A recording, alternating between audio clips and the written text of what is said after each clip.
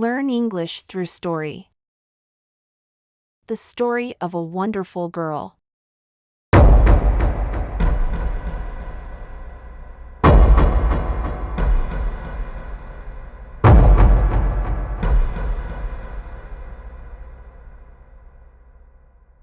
My name is Jane Eyre, and my story begins when I was 10. I was living with my aunt, Mrs. Reed, because my mother and father were both dead. Mrs. Reed was rich. Her house was large and beautiful, but I was not happy there. Mrs. Reed had 3 children: Eliza, John, and Georgiana. My cousins were older than I. They never wanted to play with me, and they were often unkind.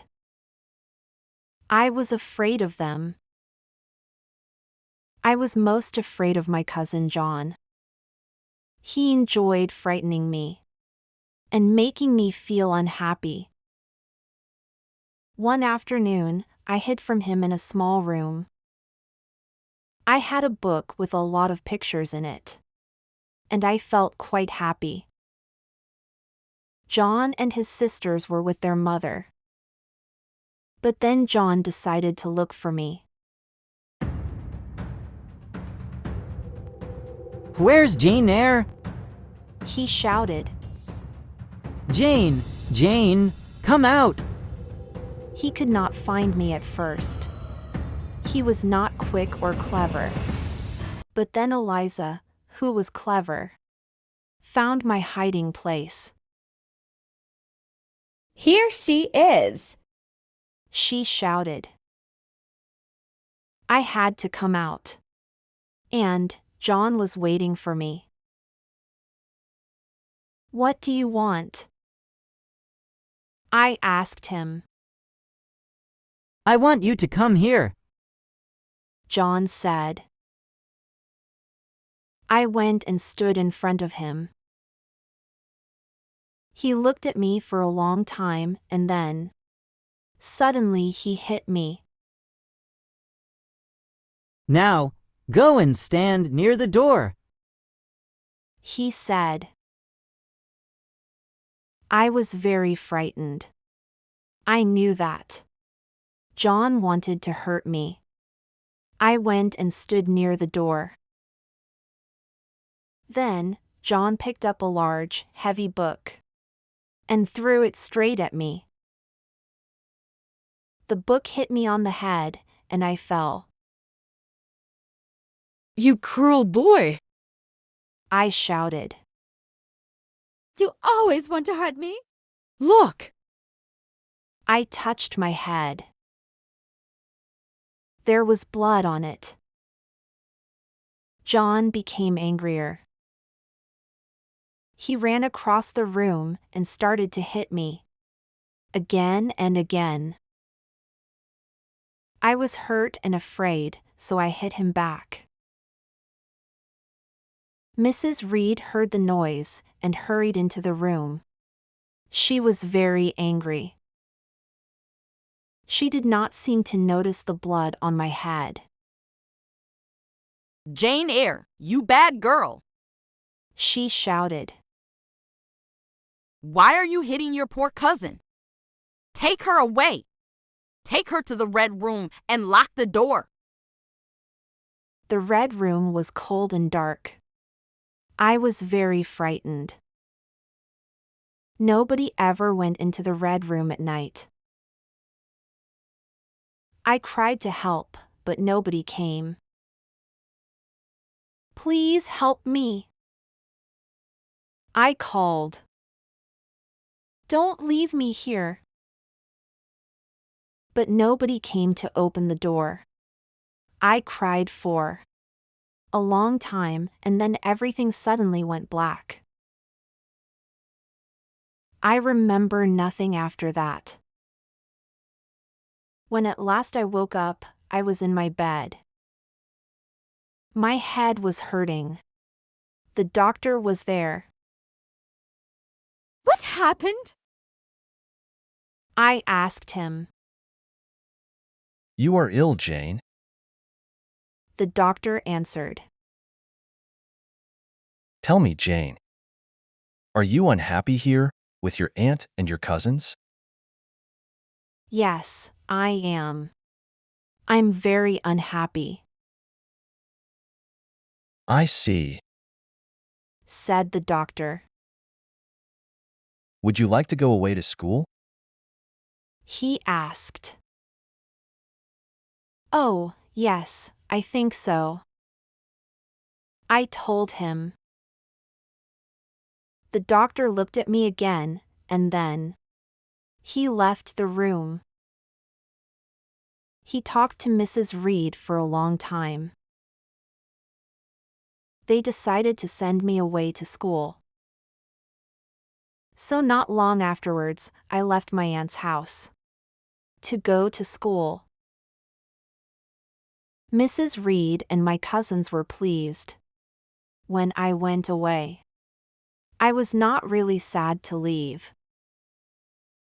Perhaps I'll be happy at school, I thought. Perhaps I'll have some friends there. One night in January, after a long journey, I arrived at Lowood School. It was dark and the weather was cold, windy and rainy.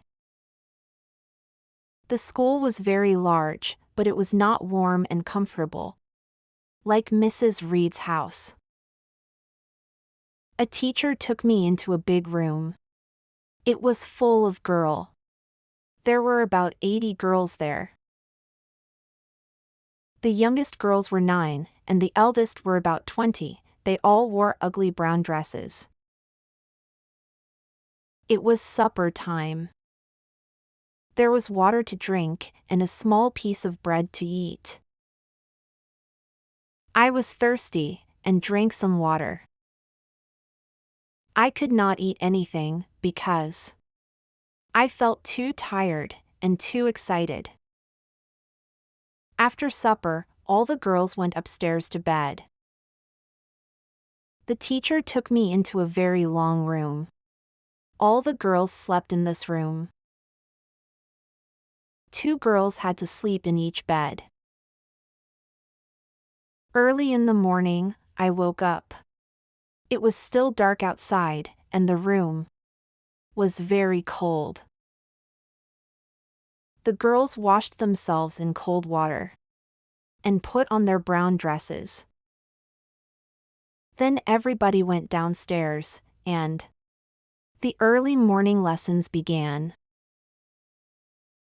At last, it was time for breakfast. I was now very hungry. We went into the dining room with the teachers. There was a terrible smell of burning food. We were all hungry, but when we tasted the food, we could not eat it. It tasted terrible. Feeling very hungry, we all left the dining room. At 9 o'clock, lessons began again. I looked round at the other girls. They looked very strange in their ugly brown dresses. I did not like the teachers. They seemed to be unkind and unfriendly. Then, at 12 o'clock, the head teacher, Miss Temple, came in. She was very pretty, and her face was kind. I want to speak to all the girls. She said. I know that you could not cut your breakfast this morning. She told us. So now, you will have some bread and cheese and a cup of coffee. The other teachers looked surprised. I'll pay for this meal. Miss Temple said. The girls were very pleased. After this meal, we went out the garden. The girls' brown dresses were too thin for the cold winter weather. Most of the girls looked cold and unhappy, and some of them looked very ill. I walked around and looked at the girls, at the school and the garden. But I did not speak to anyone, and nobody spoke to me. One of the girls was reading a book. "Is your book interesting?" I asked her. I like it. She answered. "Does this school belong to Miss Temple?" I asked. No, it doesn't. She answered. It belongs to Mr. Brocklehurst. He buys all our food and all our clothes. The girl's name was Helen Burns. She was older than I was. I liked her immediately. She became my friend. Helen told me that many of the girls were ill because they were always cold and hungry. Mr. Brocklehurst was not a kind man. The clothes he bought for the girls were not warm enough for the winter, and there was never enough food to eat. After a few months, many of the girls at Lowood School became seriously ill.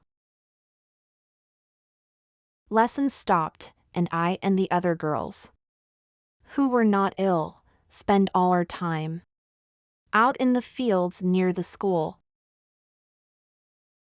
The weather was now warm and sunny. It was a happy time for us, but my friend Helen Burns was not with us. She had to stay in bed. She was very ill. One evening, I went to Miss Temple's room. Helen Burns was lying there in a little bed. She was now very thin, and her face was white. She spoke to me in a low voice. "Jane, it's good to see you.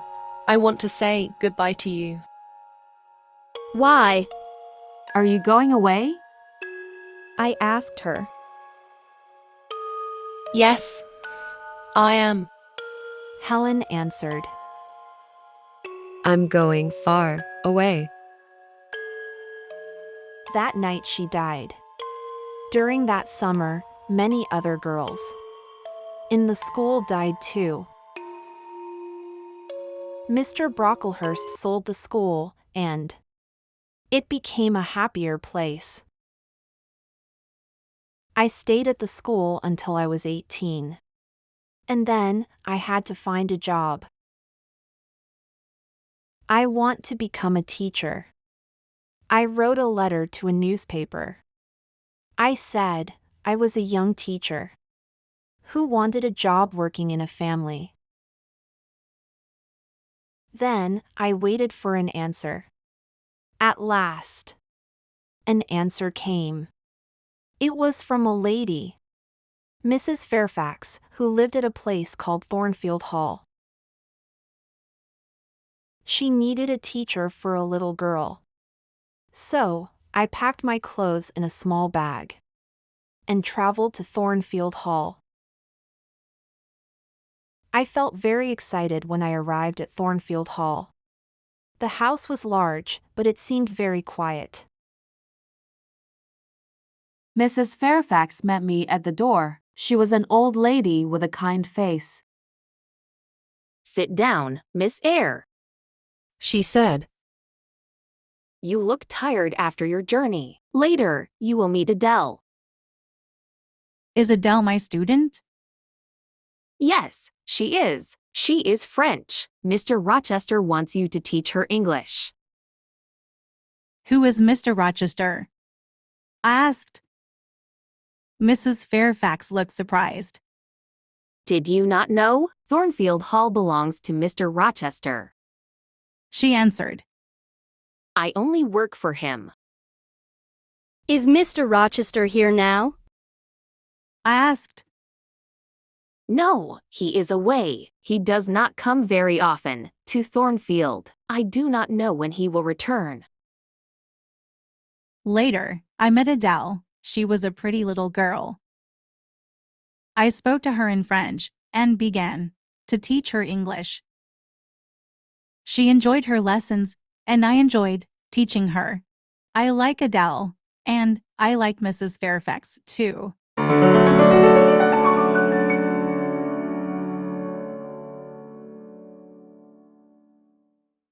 It was quiet at Thornfield Hall, and sometimes I felt a little bored, but everybody was kind to me there.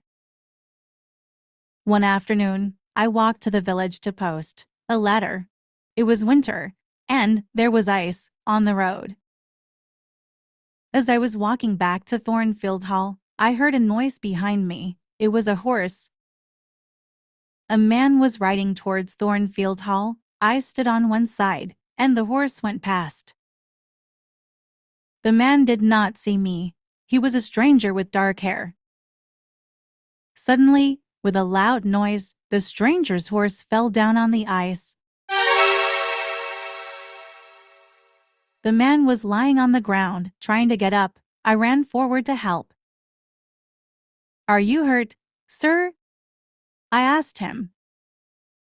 The stranger looked surprised to see me. "A little," he answered. "Could you help me to catch my horse?" "That's right. Now, could you bring the horse here, please? Thank you." The stranger tried to stand up, but his leg was hurting too much. He looked at me again. "Could you help me to get up on its back again?" "Good, thank you, miss." I watched him as he rode away. Who is he? I asked myself. He is not handsome, but he has an interesting face. I would like to know him. When I got back to Thornfield, everybody was very excited. Mrs. Fairfax was very busy. What's happening? I asked her. Oh, Miss Eyre, Said Mrs. Fairfax.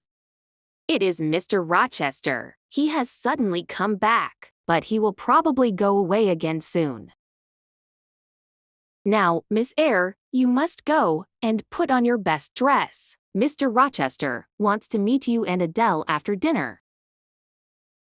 Later that evening, I took Adele to Mr. Rochester's room. I felt rather afraid of meeting Mr. Rochester. I went quietly into the room and saw a man there. I knew him. It was the man on the horse. So, the interesting stranger was Mr. Rochester. Mr. Rochester did not go away again. He was busy every day, but sometimes in the evenings, he talked to me. He was usually serious, and he did not smile or laugh very often, but he was interesting, and I was not afraid of him. I began to enjoy myself more at Thornfield Hall. One night, I woke up suddenly. It was about 2 o'clock in the morning. I thought I heard a sound. Everything was very quiet. I listened carefully, and the sound came again. Someone was walking about outside my room. Who's there? I called. Nobody answered. I felt cold and frightened. The house was silent. I tried to sleep again. Then I heard a laugh. It was a terrible, cruel laugh.